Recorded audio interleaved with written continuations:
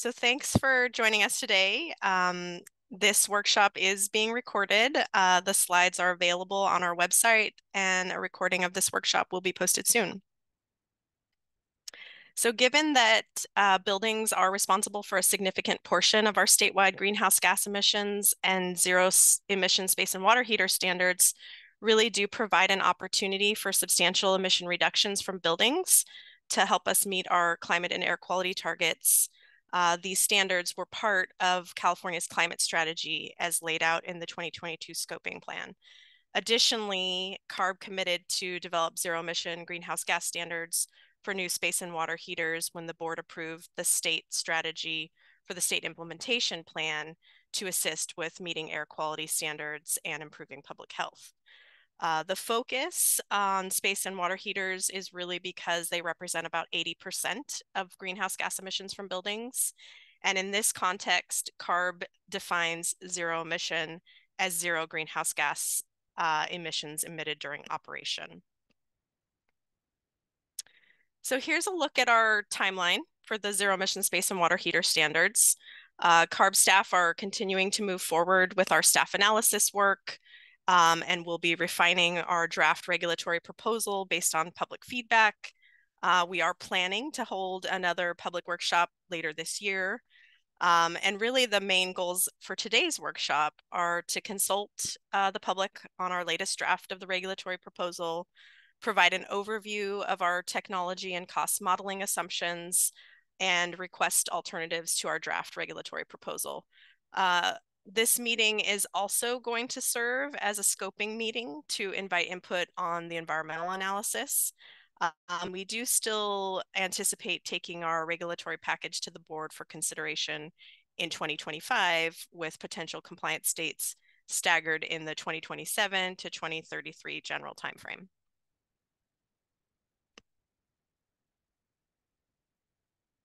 So here's a look at our agenda. There are 6 parts to today's workshop. I just touched on the goals for the first 4 agenda items. We will also have a public comment portion where we welcome public input on alternatives to the draft regulatory proposal, request suggestions to refine our zero emission technology and cost modeling, and also invite on the scope and content of the environmental impact analysis. There is a Q&A feature in Zoom that allows attendees to post questions. We won't have the chat feature enabled to avoid any side conversations that could potentially be distracting, but there will be an opportunity for everyone to unmute and ask their questions or provide verbal comments during the public comment portion of the workshop.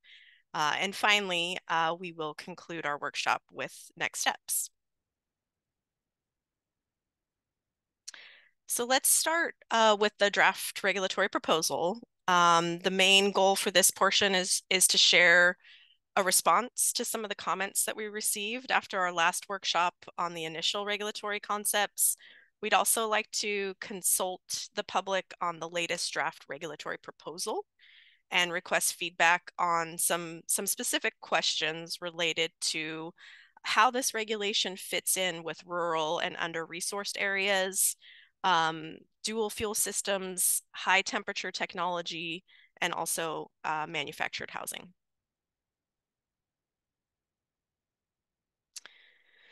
So we presented 2 concepts for zero greenhouse gas standards at the last public workshop. Both of the concepts would require new sales of space and water heaters for both residential and commercial buildings to be zero emission. The regulation would not limit use or repair of existing space and water heaters. Concept A would require zero emission space and water heating starting in 2030 for all equipment, regardless of the size or capacity. Concept B would stagger the compliance states by equipment type and size based on technical feasibility. Because the same technology options may comply with zero NOx rules and zero greenhouse gas standards, CARB would like to align the statewide standard implementation timeline with Air District's zero NOx rules to make things as consistent as possible within California. So in general, most commenters were organized around regulatory concept B. Some supported the concept as is, some requested changes, mainly to align the dates and the thresholds. And based on the public input and our staff analysis work, CARB staff are incorporating some revisions to concept B. One commenter advocated for CARB to include all end uses to provide a more comprehensive decarbonization solution. CARB staff are planning to keep the regulatory proposal focused on space and water heating, as those really are the largest source of emissions in buildings. Several commenters also requested for CARB to allow for exemptions, including projects that can reasonably demonstrate infeasibility, such as in cases where zero emission technology is not commercially available, where equipment is significantly more costly to install, or where technology is not able to fit in the existing equipment footprint, or possibly even where electrical panel upgrades are needed. And also if equipment cannot be supplied quickly.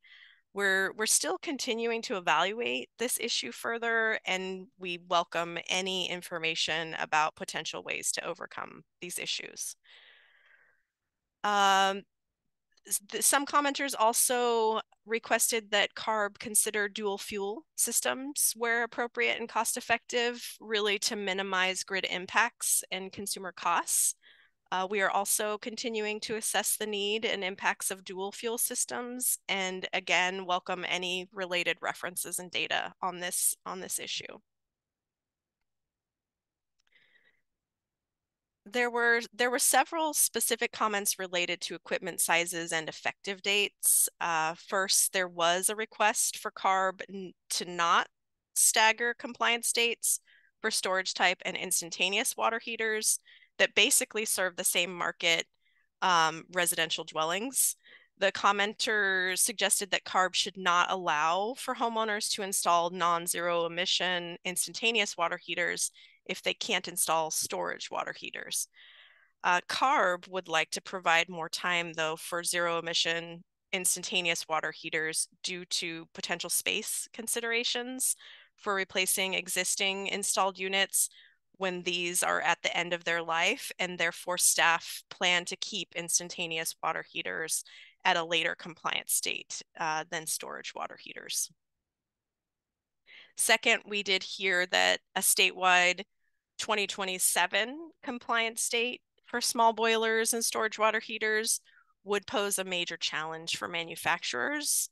Extending the deadline would allow manufacturers more time to build out manufacturing lines, supply chain, and capital resource plans to meet the demand. But staff anticipate a 2027 compliance date is technologically feasible. Also delaying implementation to 2029 would also delay realization of approximately 2 million metric tons of carbon dioxide equivalent annually.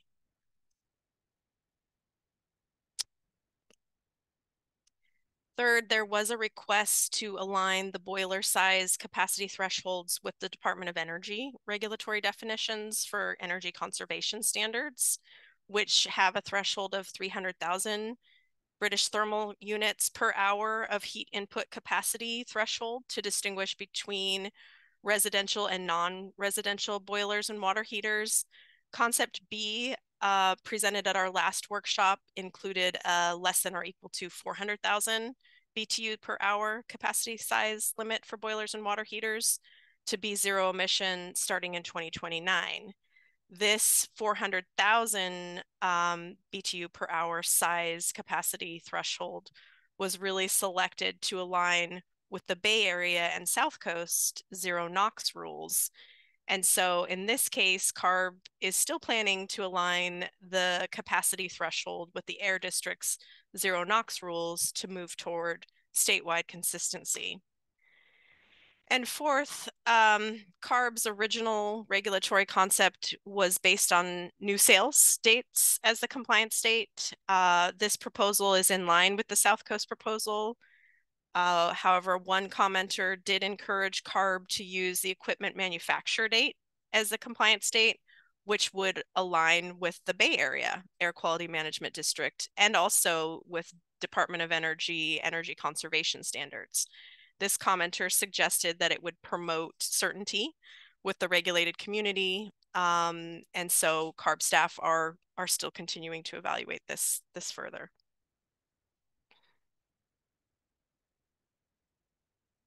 There was also a request for CARB to center economic equity in the standard and work with others to develop holistic strategies. Loss of hot water or space heating when a unit fails unexpectedly is a very urgent situation that needs solutions. Commenters suggested that CARB conduct a robust barrier and risk analysis to evaluate several factors, including this type of situation when the building cannot quickly support the installation of a zero-emission space and water heater. There was also a request for CARB to conduct an analysis of local jurisdictions that have tenant protections and enforcement mechanisms as well. And lastly, we did hear low-income households and tenants that cannot afford a zero-emission space or water heater or required upgrades should not be penalized. So we are, again, continuing to evaluate all of these issues further.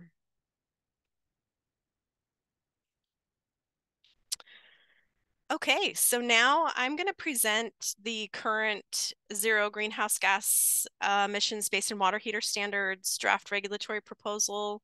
Again, it is based on staggered compliance dates, based on technological feasibility. This draft proposal is also aligned where possible with the timeline and the capacity thresholds for Bay Area's adopted rules and South Coast zero NOx rules.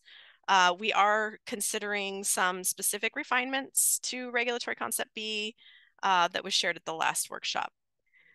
So first, we are expanding the furnace definition beyond central furnaces to include both wall and floor furnaces, since according to the 2019 Residential Appliance Saturation Survey, about 10% of single-family housing units use floor and wall furnaces for primary source of space heating, and about 15% of multifamily housing units use wall and floor furnaces as their primary source of space heating. Zero emission technology is readily available to replace wall and floor furnaces. Second, CARB staff are updating the to be determined, that TBD, for the central furnaces to a 2029 effective date for furnaces that are less than and equal to 2 million BTUs per hour.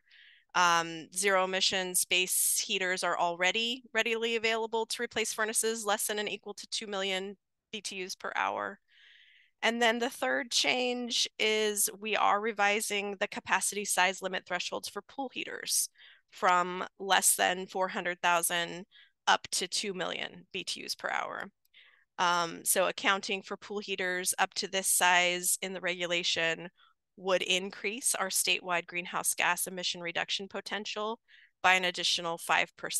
And also, zero emission technology is widely available and ready to deploy for pool heating.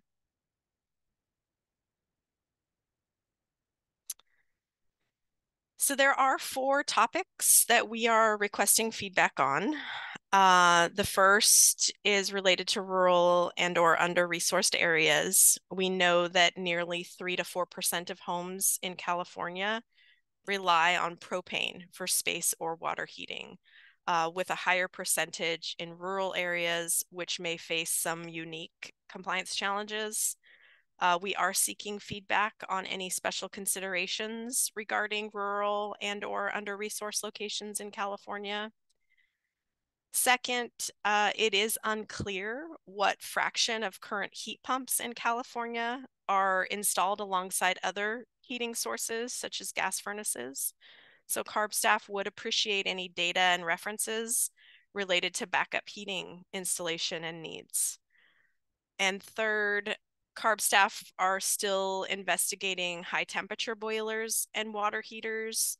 We do understand that there are limited zero emission products available to produce high temperature hot water that's needed primarily for sanitation purposes in buildings. We are looking for more data to support our analysis, and we're specifically interested in what building types and use cases incorporate high temperature technology. So at this point, we're requesting data and references related to costs, use, performance, and any kind of typical applications for high temperature technology. And fourth, we do know there are also unique challenges with installing zero emission space and water heaters in manufactured homes. Many households living in manufactured homes are low-income households in under-resourced communities. So including equipment certified for manufactured homes in the rulemaking would help to ensure that no community is left behind. But we also know that there are some code limitations with installing heat pump water heaters in outdoor locations. And also many manufactured housing parks have master metered electrical panels, which pose challenges for installing both zero emission space and water heaters. So we are asking in this case, what are reasonable compliance dates for zero emission equipment certified for manufactured housing? So we definitely appreciate any feedback that you all can provide on these questions. And at this point, I'd like to pause to check with my colleague Maggie to see if there are any questions or comments that have come into the Q&A. Thanks, Dana. So we have two comments in the Q&A feature. The first is from Tom Cabot, and he says, in order to match compliance dates with area air districts, perhaps a 1-year period of particular home difficulty allowances to individual buildings could help the industry adapt to the workload and solution types for the difficult cases. The difficulty allowances could be priced at the social cost of carbon emitted by the allowance technology emissions. So thanks so much for that, Tom. And then we have one other comment, two other comments. The first from Fareed Ali David that says decarbonization and increase of zero emission technology or any other project must be durable, sustainable, and of course should be viable. And then the last one is from Sandy Laub. And she says high temperature water heating needed in medical establishments, hotels, and restaurants, just flagging that as a high temperature water need. And then we have one raised hand, but I'm just gonna let Ghulam, who has her hand raised, that we're gonna take verbal comments at the end of the presentation or a little bit later in the presentation. So thanks everyone for your comments in the Q&A feature. And now I will pass it over to Chi to provide an update on the zero emission technology and cost modeling. All right. So do you hear me well? We hear you loud and clear. Chi, thanks. Great. Thank you, Maggie. And thank you, Dana. These sections will highlight the technology and the cost assumptions we plan to include in our modeling work for the zero emissions space and water heater standards. And I will provide an overview of the zero emission technology types, costs, and the adoption rates we plan to include in the modeling work for estimating the emission reduction and the cost impacts for the regulatory proposal. We are looking for feedbacks and additional data on these items. Also, we recognize that additional technology types may be used for compliance than what are shown on the following slides. The technology types presented were chosen based on data availability and to simplify our modeling assumptions. Before going into the specifics for our modeling work, we would like to briefly introduce the elements we are covering in the economic and the cost impact analysis.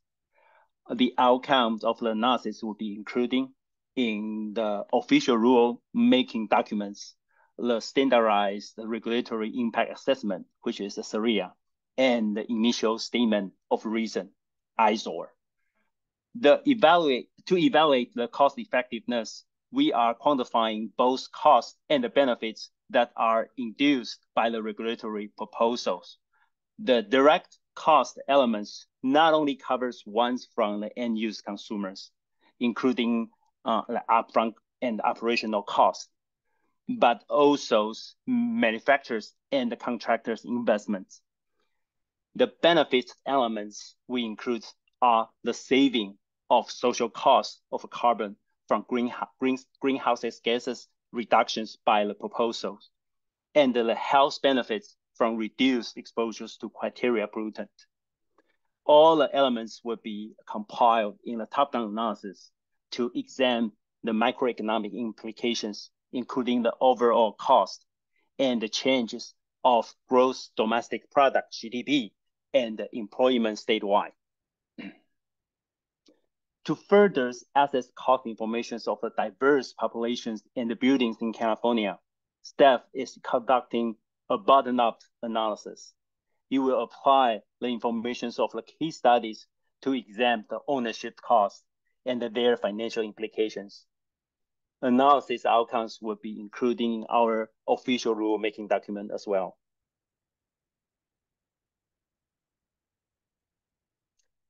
So in the next 3 slides, we will go through assumptions and the data source we plan to use in the modeling. So baseline technologies for space heating, including the gas, wall and the floor furnaces, central furnaces, boilers, and the integrated furnace with AC, such as a packaged rooftops unit. The third column shows the assumed zero-emission technology adopted for each baseline equipment. The percentage in parentheses shows our assumed replacement fractions. We are seeking feedbacks on these values. For wall and the floor furnace, we are assuming that replacement technologies would also be ductless systems, including mini-split heat pumps, package terminal heat pumps, and the electric resistant wall heaters. For ducted central furnaces, replacement technologies will be include packaged or split system heat pumps or electric furnaces. Per data from the California Energy Commission's residential appliance saturation surveys, nearly 30% of homes in California do not have an air condition. So we are assuming a small portion of this would install central or wall resistant heaters instead of the heat pumps. Please note, this slide shows statewide averages, whereas modeling would assuming differing percentages by regions, depending on the numbers of the homes with or without air conditioning in those areas. We also assuming ductless systems would replace gas boilers used for space heating.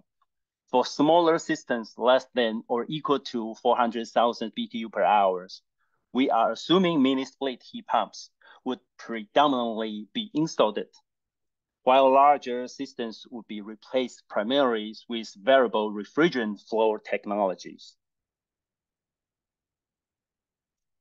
As for the cost information, we synthesize federal data and the recent updates, mostly from the California Energy Efficiency Measures data for each technology type, and put a cost range in the table columns after baseline and the replacement technology. All the cost estimates are adjusted to the 2023 values in California using consumer price index and the cost index. So please note, the cost estimates listed in the table is the basic technology cost, which covers equipment, material, and the basic labor cost. It doesn't include tax, building retrofit costs, which will be addressed in the later slides, and the price markups depending on the market. The costs shown here are normalized per kBTU per hour.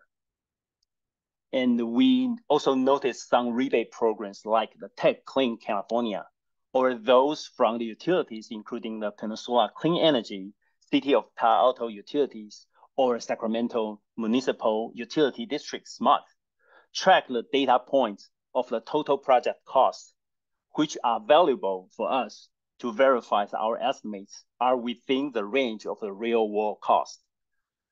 Because some of these programs do not or are starting to break down the cost into categories, we are not able to use them directly at this moment. We will continue update the cost information with more input from these programs. Please also note, to obtain a fair estimate for the household or building with the existing air conditions replacing a furnace with heat pump technology, we will consider the baseline cost for both furnace and air conditioners in the analysis.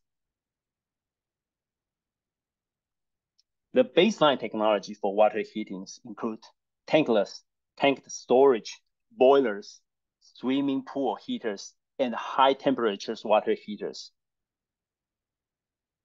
We are assuming that the tank storage, small boilers, and the tankless technologies would be primarily replaced with heat pumps.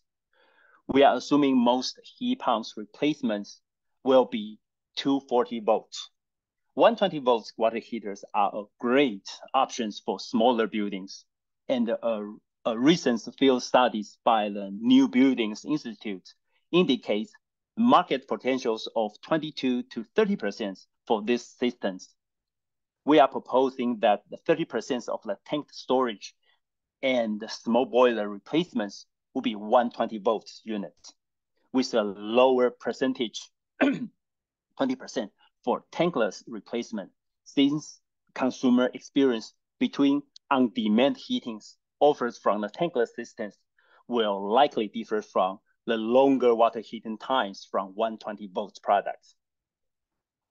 Solar thermal is another option we plan to include in the model, but only at 5% of the replacements, given the low uptake of this technology today.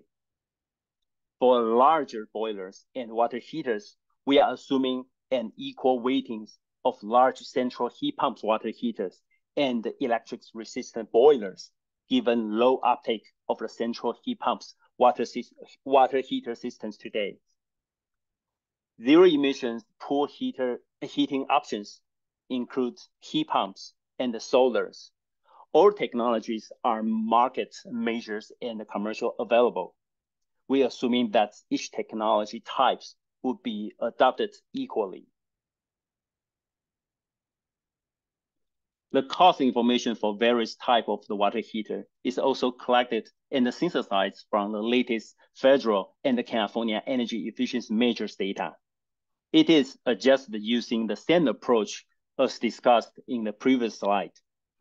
Please note, the unit of the technology cost shown here is in 2023 US dollars per unit of installed water heater, unless specifically noted in the table as dollars per heating capacity or kPDU per hour.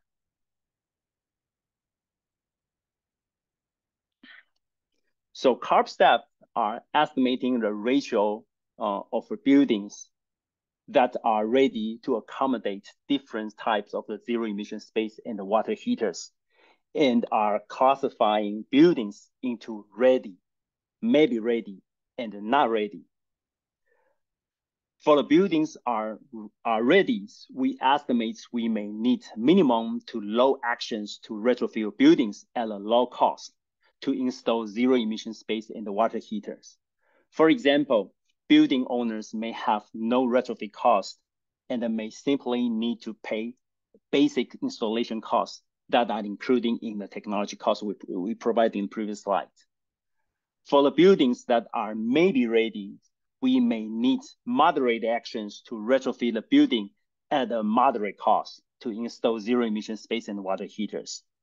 They have the opportunity to optimize the current electric panels by installing smart splitters, circuit breakers, load sharing device, smart panels, and or meter coders. These buildings will not need electric panel upsizing or major wiring upgrades to be ready to install a zero-emission space or water heaters. Not likely ready refers to needing significant actions to retrofit the building at a high cost to install zero-emission space and water heaters. For example, significant actions may including upsizing an electric panel, major wiring upgrades, and surface entrance utility infrastructure upgrades to be ready to install zero-emission space and water heater. In some cases, buildings may require a minimum of a couple of months to become ready to install zero-emission space and water heaters. They may also be separate cases where buildings will incur space configurations retrofit costs.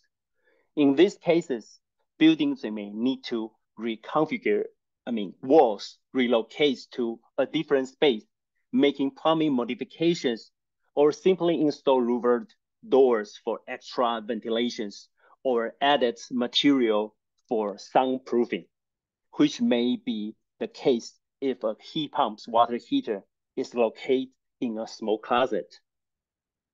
Staff collect the cost data for all these possible retrofit actions and summarize cost in the table.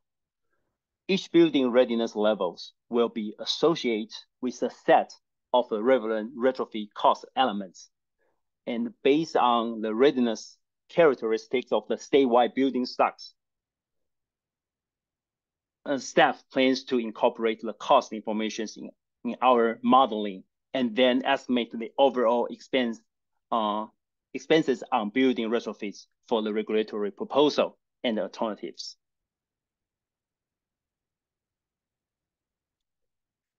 In addition to end-use consumer cost impacts, we also consider the system impact of the statewide economy from the manufacturers, contractors, and associated supply chains. So we examine consumers' spendings and apply assumptions of the price markups from the US DOE Department of Energy technical supporting documents to estimate the cost originated from the manufacturer through the supply chains. The price markups are multiplier that convert the manufacturers, wholesalers, distributors, retailer, mechanical contractor, and the builder's cost to their selling price. For example, if the manufacturing cost is $100, the manufacturing selling price is $100 times 1.3 equals to $130. And the selling price at the wholesaler is $130 times 1.4 equals to $182, so on and so forth. Because we have limited information about the manufacturing cost, so we will use retail price of equipment to calculate back the shares of the consumer cost from each industry in the supply chain. Please note that we also assuming that water heating and the space heating have a similar market mechanisms and share with the same price markup assumptions. We welcome any input and the more information you are willing to share with us. Yeah, we are looking for feedback on whether there are additional technology types to include in our modeling. And if so, please share with us the data on performance and the cost related to those technologies.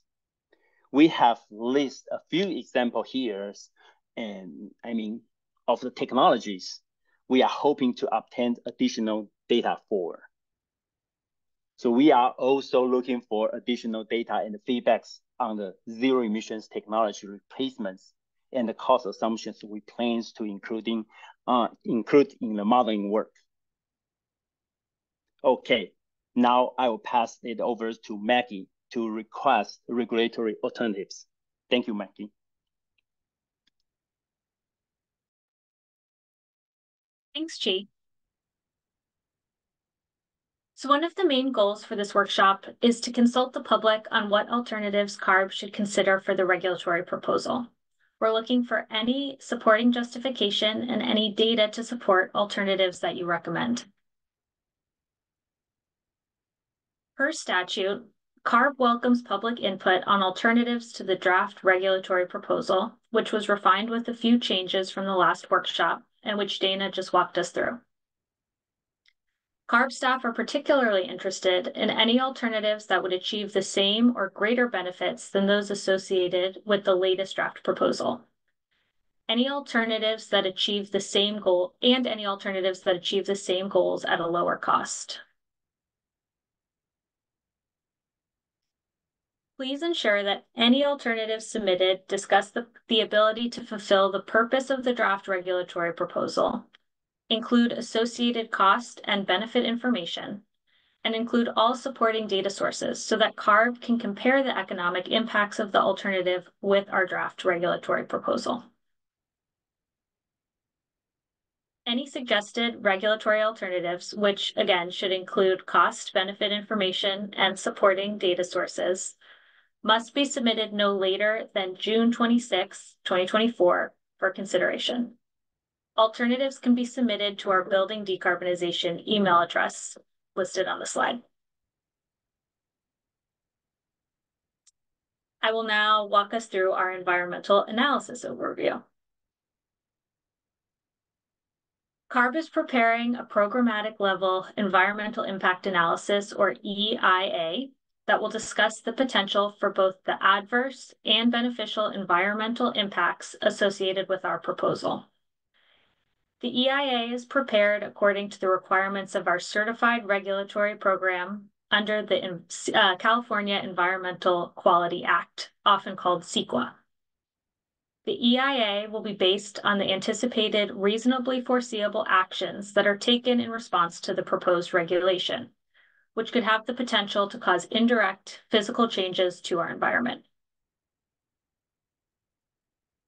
CARB is using the CEQA environmental checklist, which can be found in Appendix G in the CEQA guidelines, as a framework for assessing the potential for significant impacts resulting from reasonably foreseeable actions.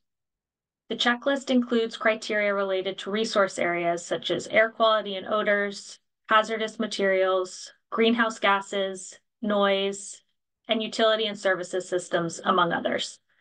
The EIA will be included as an appendix to our staff report. The EIA will include a description of the reasonably foreseeable actions most likely to happen as a result of implementing our proposed regulation, the potential adverse impacts and feasible mitigation measures, and an alternatives analysis. Staff welcomes public input on the appropriate scope and content for the EIA, including the reasonably foreseeable actions that may occur in response to the proposal, the potential significant adverse impacts, potential feasible mitigation measures, and feasible alternatives to the proposal that could reduce or eliminate any significant adverse impacts. The draft EIA will be released for a 45-day public comment period with the staff report in 2025. And now I will hand it back to Dana.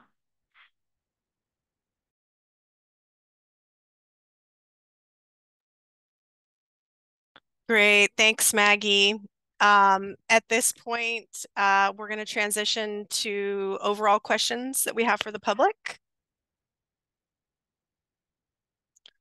Okay, so we are especially looking for answers to the following questions, but we are open to any comments or questions that you have for us, but in particular related to the draft regulatory proposal. Any input on alternatives to the draft regulatory do you have any input on alternatives to the draft regulatory proposal? Any additional technologies to consider or changes to the proposed adoption rates that were used for modeling?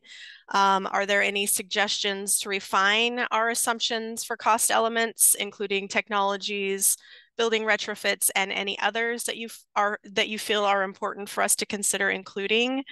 And do you have any input on the scope and content of the EIA?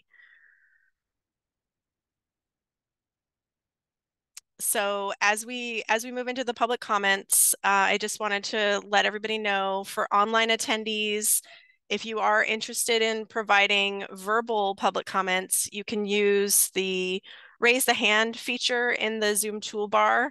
And as we're waiting for people to raise hands for verbal comments, we can pause now to see if there's any questions or comments in the Q&A. I think I saw a few in there. So I'm going to check with my colleague Maggie to find out if there's anything in the Q&A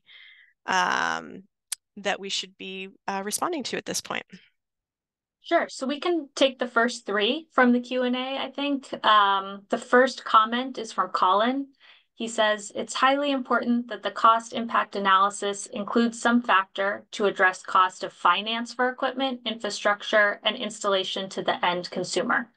So thank you, Colin, for that comment. The next, I think, is directed at Chi. And it has Ted Tiffany asked a question about the cost slides. So Chi, hopefully you can explain how the costs are applied to heat pumps with larger storage volumes but lower BTUs per hour capacities. Ted was saying this is in an apples to apple comparison in most cases for storage water heaters. So I think it's just getting at that difference between larger storage volumes and lower BTUs per hour and how that affects the cost.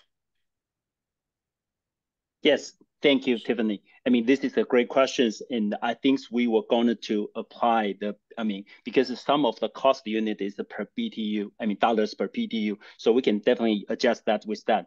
And there's a two different approach for, when we using that in our top-down approach, we basically would be using the average data and try to, reflect the, try to get the midpoint of the cost estimate.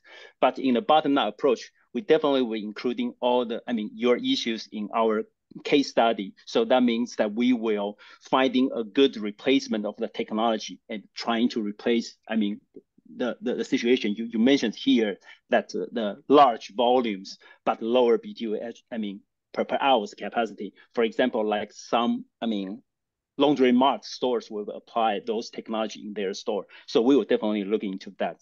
Thank you very much. Thanks, Chi. So the next one is from Michael Corbett. And Dana, I think I'll direct this one to you.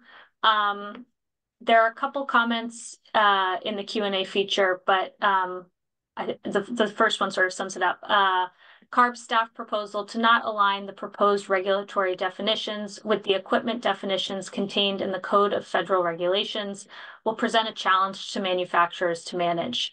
Has staff conducted an analysis which demonstrates greater emission reductions by not aligning equipment categories with those contained in the Code of Federal Regulations? If staff wishes to make this transition go smoothly, why is staff resistant to meeting manufacturers' requests to align definitions? And then Michael also gives a couple other comments around creating unnecessary confusion and sort of this example of a boiler that has an input of 350,000 BTUs per hour being considered both residential and commercial. So I'll kick that over to you, Dana. Yes, thanks. Thanks, Maggie. And thanks, Michael, for your comment. We definitely appreciate hearing your feedback on that. We have estimated greater emission reduction potential with the proposed size capacity threshold. A 400,000 BTU per hour size capacity threshold was selected to align with the Bay Area and South Coast zero NOx rules. In this case, that size capacity threshold and aligning with the air district's zero NOx rules could move towards statewide consistency. But it is important to note that South Coast and Bay Area account for more than half of California's population, about 65%. So it might be more essential to align with those thresholds to minimize any confusion with regulating implementation in our state. But we definitely welcome the opportunity to discuss this with you further and better understand the impacts and how this would affect manufacturers. So please reach out to us after this workshop so we can talk about that idea a little bit more. Thank you.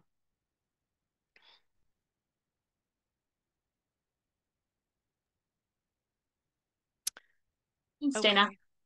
Okay. I can do maybe one more and then we can go over to the few raised hands that are Great. up.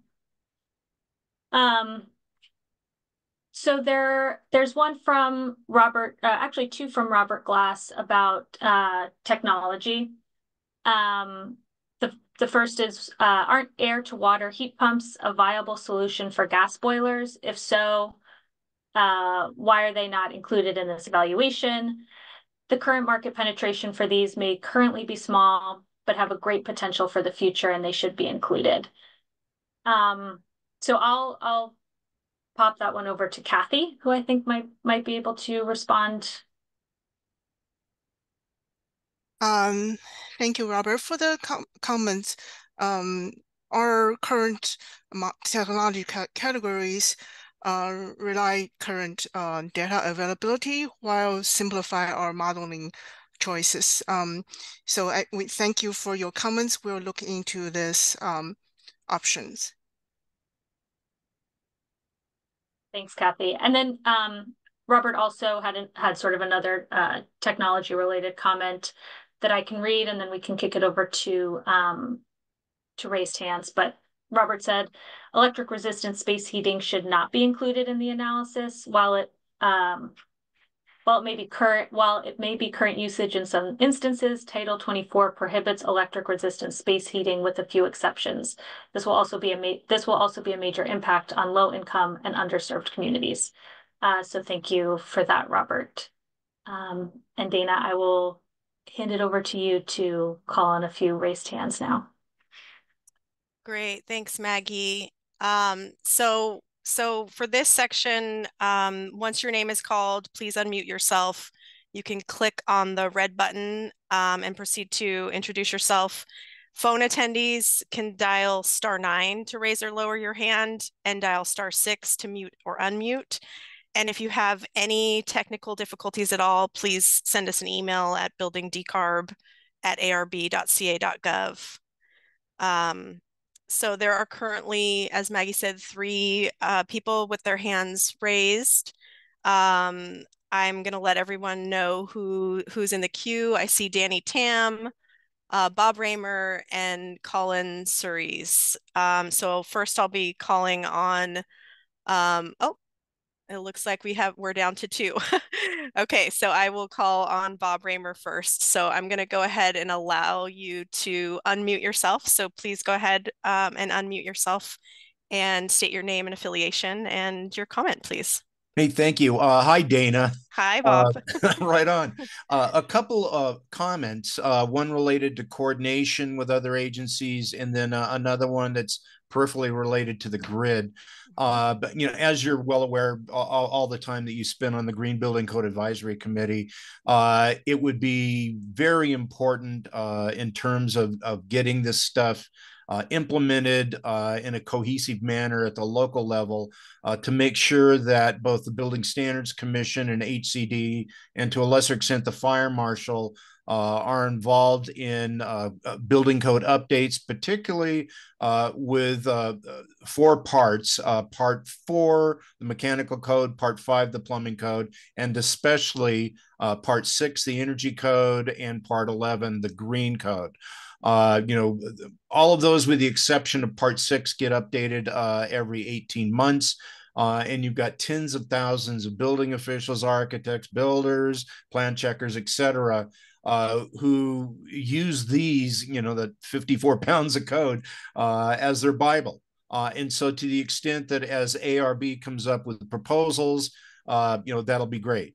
Regarding what the Energy Commission's currently working on, as you know, they've been ramping up efforts to encourage the use of heat pump technology. 2023, we saw effectively a set of standards that didn't actually mandate, but if you didn't use at least one heat pump technology for either water or space heating, you got slammed with an enormous requirement to increase energy efficiency. That's going to be doubled down in the 2026 standards that we're supporting, and that'll be that if you don't use both electric heat pump, water, and space heating, you'll probably get hammered for a single family home, probably around $8,000 to $10,000 more in energy efficiency upgrades. And so the state, the CEC is definitely heading in this direction. But our biggest concern right now isn't necessarily with the technology, it's with the grid. And I understand that's out of ARB's hands, as it is HCD and BSC's hands. The problem here is we're already seeing issues in the Edison territory and SDG&E territory, where in particular, electrification of the transportation sector seems to be very problematic. We're seeing developments that are sort of being put on hold because there's not enough capacity to go around. This is going to sort of go up exponentially as we try to retrofit the existing commercial and residential stock, particularly in those urban areas that are already sort of built out in terms of capacity. And so there's a whole lot to do, but we wish the PUC would be more helpful in moving along new generation quicker than it currently is. And so that's one big problem that's out there. It's not your problem per se, but certainly all of the policies that we've been implementing are going to create a huge stress on the grid. And those are my comments, Dana. Thank you. Yeah, thanks, Bob. I definitely appreciate your comments and appreciate you pointing out the grid readiness, and just wanted to, confirm that we are collaborating closely with other state agencies, such as the California Public Utilities Commission, as well as the Energy Commission, to evaluate the implications of this potential zero-emission space and water heater standard for electricity demand and electrical grid infrastructure needs, given all of our statewide climate targets. So I appreciate you raising that point. And we are collaborating with them as well. So thanks for that. I am going to call on Colin now. I'm giving you the ability to unmute yourself. And please, Colin, state your name and your affiliation, and we'd love to hear your comment. Great, thank you. This is Colin Suarez with the Western Propane Gas Association. Again, thanks for having the workshop today.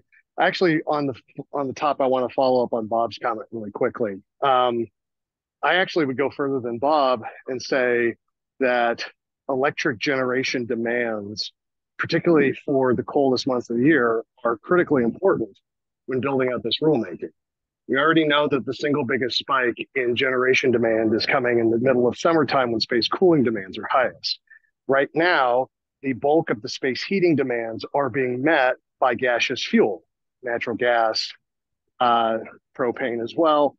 And that is a significant power draw when converting, particularly in cold weather climates, to all electric heating. So when we talk about overall life cycle emissions goals, reducing carbon emissions, reducing greenhouse gas emissions, reducing NOx, it is critically important that CARB consider the peak generation demand that's going to be sent mostly to gas peaker plants to meet this new demand at a time when our renewables, particularly solar and wind, are at their lowest generation capacity on a per annum basis. Unlike transportation and the transportation electrification, that demand is fairly steady and consistent. We see a huge spike in those winter heating months, and there is nothing so far I've seen in any of the modeling that CARB has put forward to address what that additional demand is going to do in terms of greenhouse gases and NOx emissions onto California's grid. So that's the first point. I think it's critically vital that CARB has some modeling on that. The second, I do want to thank CARB for taking our comments under advisement. Particularly, we service very hard to electrify, hard to service rural communities in California, where you can get economies of scale is largely in urbanized California, but even the Bay Area and both South Coast in their space and water heating rules acknowledge that propane customers are a slightly different animal than natural gas service customers, which is why we've been exempted from both of those rules makings. We would encourage CARB to conform with what the Bay Area and South Coast have adopted and are in the process of adopting to ensure consistency on a statewide basis. The third thing, I think it's, again, vitally important. We are just now going into a whole set, as Bob said, of new Energy Commission standards for building code in Title 24. DOE just adopted new energy efficiency standards. Finding a way that everyone can play off the same playbook without having to meet multiple regulatory compliance guidelines is absolutely critical to allowing CARB to actually meet the goals it wants to meet. I referenced it earlier, but things like cost of finance as well is, unfortunately, the bulk of the state of California is unable to make some of the large purchases for these infrastructure equipments, even with the limited amount of rebates that are available to a select group of electricity customers in the state of California. So acknowledging that there is some cost of capital that consumers are going to have to eat is also absolutely vital to include in your cost analysis. And then the last one is the zones. Now, as much as some folks at CARB would like to assume that a BTU is a megawatt anywhere in the state, that is not always the case. We understand within our industry that there are different climate zones in California with different heating demands, different use case demands, different space and infrastructure capabilities. And I'm glad to see that, at least on the concept B, CARB is taking those concerns seriously. Obviously, we look forward to working with you more, developing that information. I know CARB has an RFP out as well, looking at some of that information. But it has to be acknowledged in this rulemaking that a one-size-fits-all is not going to work for this like it would in, say, the light-duty segment or even the medium-duty vehicle segment. Homes are in different climate zones with different demands, with different capabilities, and CARB absolutely must consider that in adopting its final rule. Thank you. Thanks, Colin. I definitely appreciate all those comments that you provided. And, you know, on any of those topics, we definitely would appreciate any related data or reports that you can share with us. And we do look forward to the opportunity to meet with you and talk about your ideas some more. So thanks for providing those comments. So at this time, I do want to ask Maggie if we have any other questions that have come into the Q&A. Sure. And we can go back to that. Yeah. We have a number of them that have come in. There are two related to costs that I will send to Chi. The first is from Alice Sung. The comment says, it is important to consider to who receive or bear the costs and also receive benefits. How will CARB identify and account for / include non-energy benefits in addition to social costs of carbon? And how will CARB update and coordinate across the state for these growing non-energy benefits and social costs with CEC, CPUC, and regulatory agencies addressing environmental and social justice? So Chi, I can send that to you to talk a little bit about the non-energy benefits and social costs of carbon part of that question. Sure. Thank you very much, Alice. This is a very good point. We understand it is very important. This is a great, important issues. But for now, we apply U.S. EPA Environmental Protection Agency recent estimates from the reports on social cost of the carbon, which is published in 2023 to calculate the benefit statewide. This is a statewide benefit.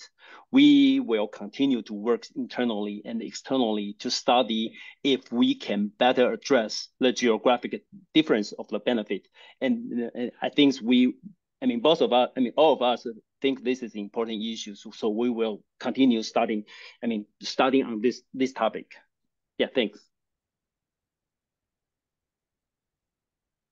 Thanks, Chi.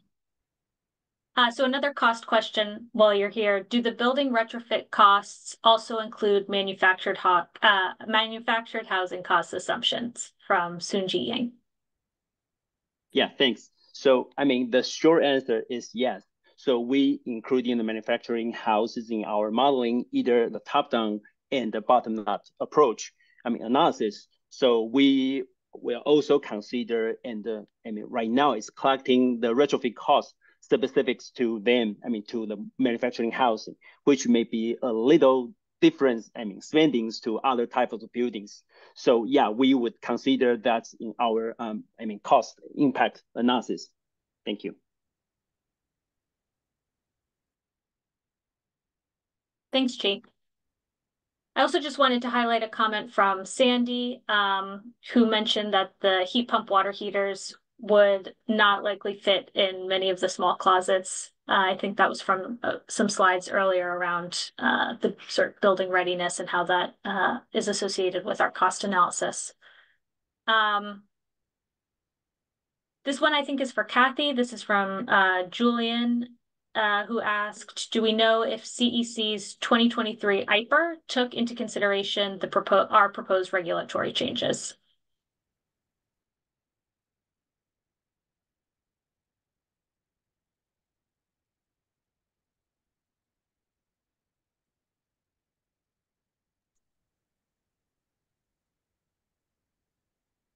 This is Melanie. I'm not Kathy, but since I can't hear her, I will just reply quickly by saying, yes, we worked very closely with CEC so that they have been able to model our proposed rule as best we can into their IPER. Thank you. Thanks, Melanie. So from Bridget, we have a comment that says, it's my understanding that heat pumps do not operate well below 40 degrees. Many communities are mountain adjacent and or very cool deserts in winter. Is there an assessment outlining what temperatures people will need to tolerate and for how long if heating is not sufficient? What risk does this pose to the elderly and very young? So I can take a stab at this one. We are definitely considering sort of this regional analysis of how different areas of the state will respond differently or need to respond differently to the proposed regulation. There is a lot of work being done in cold climate heat pumps. The DOE had a cold climate heat pump challenge. So the 40-degree threshold here is Energy Star certifies them down to 5 degrees, but we are definitely looking at the implications for cold climates within the state. But thank you so much for raising that.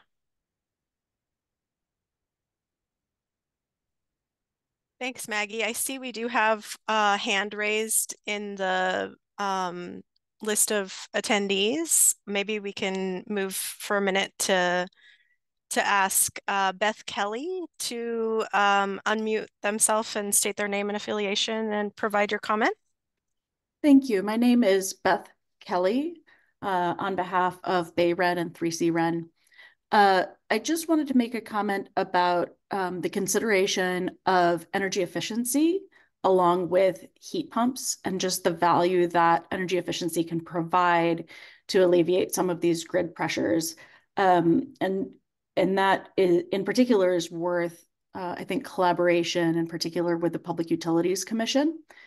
Right now at the commission, things are conceptualized more as above code savings, but there's the value that energy efficiency can provide is all of the savings when it's paired along with these ideas. So there might be really good value add taking that into consideration. Thank you. Thanks, Beth. We definitely appreciate that comment and do see the value of energy efficiency as well, and are collaborating with the CPUC with developing this rulemaking. So appreciate you pointing that out and would also be interested in following up with you after this workshop to touch base. So thanks. Okay, great. Maggie, I see there are still some more items in the Q&A. If we wanted to go back to that, since no other hands are raised, we can go ahead and move back to Q&A. Sure. So we have a couple from Nevins around wood fuel heaters like pellet and cordwood, and a couple links. So thank you for sharing those links with us, Nevins. That's great. The first is modeling considering wood fuel heaters, pellet and cordwood, considering the emission reductions of burning waste wood in EPA 2020 compliant appliances versus leaving the fuel on the ground and burning in wildfires.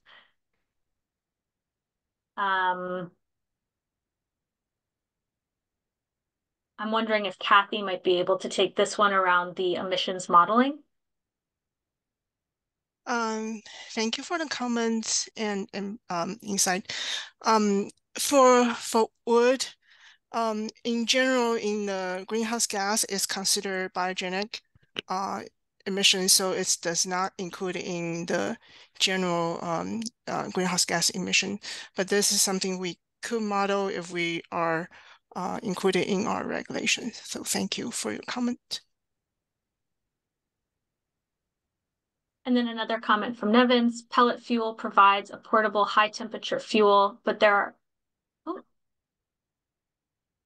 Oops, Maggie, I think I might have dismissed that one. It's okay. It should be in the other list. I thought that one was already. No Sorry problem. about that. No problem. Pellet fuel provides a portable high temperature fuel, but there are not currently available water heater products designed for pellet fuel. A statement of support may encourage technical innovation in this area. Pelletized fuel also improves distribution options for wood fuel since invasive species are destroyed during manufacture. So thank you for that comment.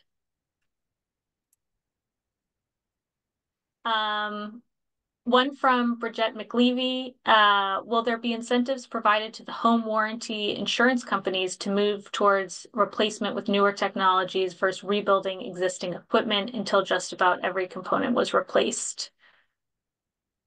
I don't know about incentives provided to the home warranty insurance companies. I don't know if anybody on our team wants to take this one. Otherwise, it might be food for thought and something for us to consider.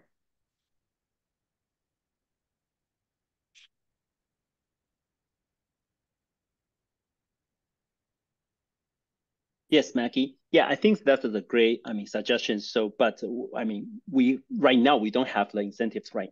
For this home warranty insurance, but this is kind of some market mechanism for insurance company. But we will discuss that point in our implementation plan. So that's a great suggestion. So we will, put into consideration. Thank you very much. Thanks, Chi. Okay, we have a few from Tom Cabot. The first is, can CARB work with the State Building Standards Commission and others to make a California drought-sensitive version of a plumbing code minimum hot water first hour delivery table? The current national table requires unrealistically large capacity water heaters given the daily water allocations for a home in a drought are smaller than the hourly hot water delivery capacity required by the National Plumbing Code. Making this state adjustment will allow practical sizing for California's water and climate sustainability actions. This is a great comment and a really interesting area to look into. So thank you, Tom, for that. I don't know if anybody else on the team wants to chime in here. I'll give you the opportunity. Otherwise, I'll move on to his next comment.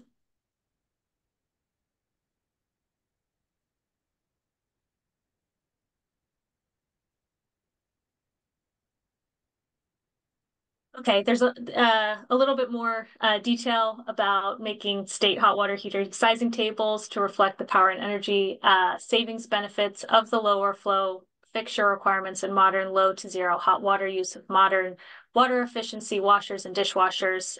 Reducing the gallons and first hour rating table allows, but does not force smaller sizing of heat pump water heaters. I think this is back to the cold climate question that we had earlier, but Tom also writes, I've noticed that less than 1% of the state's population lives in mountain elevation with a design temperature dropping below 15 degrees Fahrenheit for a few hours per year. It's about 0.3%. So it looks like cold climate heat pumps will handle California mountain communities. And we have started to look as part of our regional analysis into some of this work around regional needs and how that intersects with design temperatures that are used to design heating systems. So thank you so much for this comment, Tom. And just to underscore the point, the 125,000 folks live in 35 mountain communities, with the largest being Truckee and Tahoe. And that wraps up the questions and comments in the Q&A tool, and I don't think we have any more hands. So Dana, I will pass it back to you. I don't know if we want to give folks a couple more moments, but we're clear over there. Yeah, I would say if there are any other attendees interested in making verbal comments, now's your chance. You can raise your hand using the raise hand feature. But if we don't see any other hands, we can wrap up early today. But we definitely appreciate all of the thoughtful and constructive comments. We are also welcoming written comments to what we shared today as well. So let's go to the next slide. Again, I just want to thank everyone for participating in the workshop. This is going to be extremely useful as we continue our staff analysis work and as we revise our regulatory proposal. So here's another look at the timeline. We did consult with some technical experts through focus meetings on emissions modeling, building readiness, technology, cost and economic impacts, as well as our equity analysis between December 2023 and April 2024. And starting this summer, we will begin co-hosting listening sessions with partner organizations in various regions around the state to hear some feedback on our regulatory proposals at that time. We do also plan to hold additional implementation planning meetings, as well as another public workshop later in 2024. So any feedback that was provided at the workshop today and at the other engagement events are going to support us in developing our regulatory proposal that we bring to the board sometime in 2025. So next steps, here's a link to our comment docket. Again, we are particularly interested in the comments addressing the questions that we posed earlier, but we do welcome all written comments on this workshop, and we will be accepting comments until midnight on June 26th, 2024. So there are several ways to stay connected with us. We have already published some of our background information and frequently asked questions on our website, which we will continue to keep updated. We will also post more information on our website as we continue to develop the standards. I do encourage you to subscribe to our listserv if you haven't already done so. And we will send messages about upcoming workshops and other public engagements through that forum, so you can stay completely up to date. And finally, if you do have any questions, you can email us at the email address on this side. You know, and one other point, after the workshop ends, there will be a closing survey that'll just take one or 2 minutes to complete. We do appreciate you sharing your experience with us today and help us improve for future workshops. And with that, I just want to thank everybody for your interest, your participation. You know, our team is looking forward to many more opportunities to involve you all in this process, and your support and participation are greatly appreciated. So thank you so much for joining us today.